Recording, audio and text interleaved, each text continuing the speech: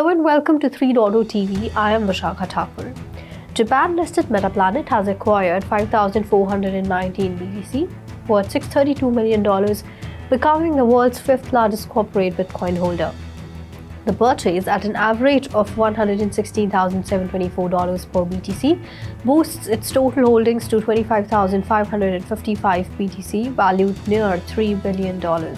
This move pushes Metaplanet ahead of bullish crypto exchange in Bitcoin treasuries. The company has invested around $2.71 billion at an average cost of $106,065 per BTC, currently sitting on nearly $290 million in unrealized profits.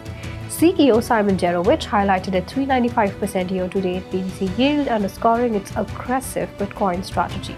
Bitmine has strengthened its Ethereum position by acquiring 15,427 ETH worth $69 million through Galaxy Digital's OTC desk. The purchase raises Bitmine's total Ethereum treasury to 1.95 million ETH, valued at $8.66 billion, making it the largest corporate ETH holder. The transactions, executed in rapid succession, ensured minimal impact on market prices.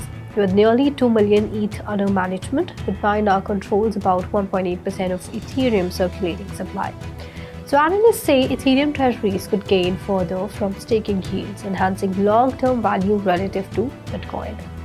Flora Growth Corp has raised $401 million, including $22.88 million from DeFi Development Corp, to launch an AI-powered treasury strategy for the zero-gravity coin. The company plans to rebrand as Zero Stack while keeping its FLGC ticker.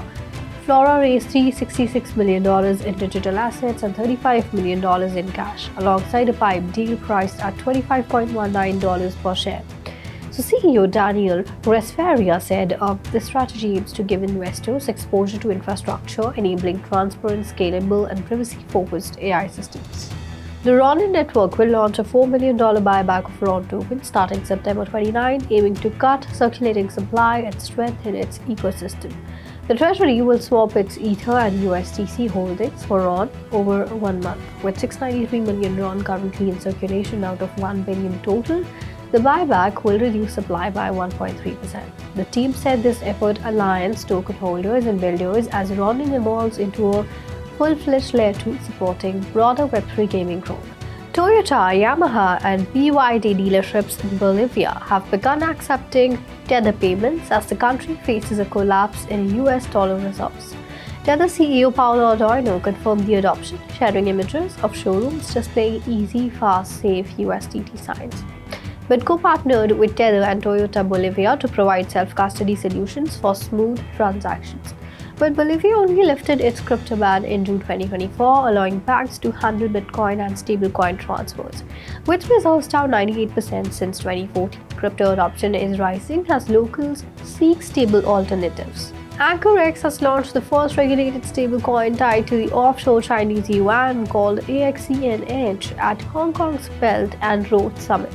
Alongside it, BDACS introduced a KRW1 stablecoin pegged to the South Korean won. Both are fully backed and over-collateralized.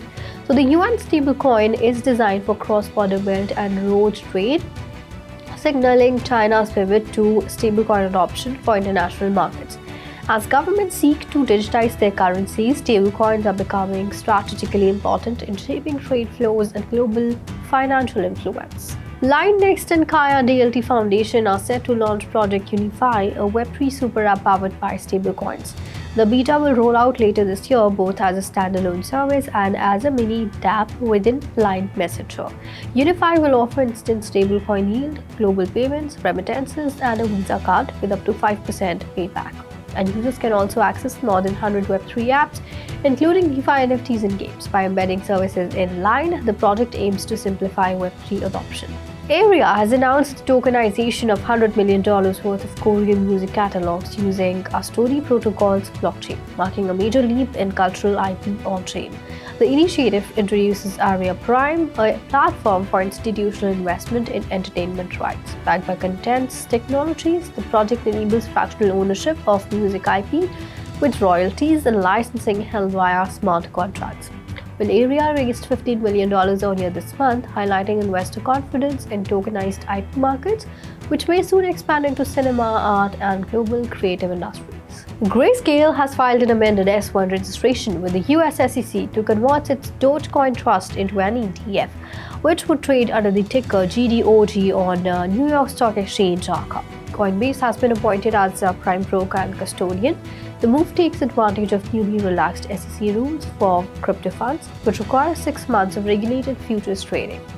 Grayscale argues Dogecoin qualifies, potentially opening the door for more Bitcoin investment vehicles as the firm restructures multiple products to meet updated standards. Uniswap has crossed $1 trillion in annual trading volume, reinforcing its dominance as the leading decentralized exchange. So CEO Hayden Adams confirmed the milestone, adding that Q3 2025 volumes are set to top $270 billion.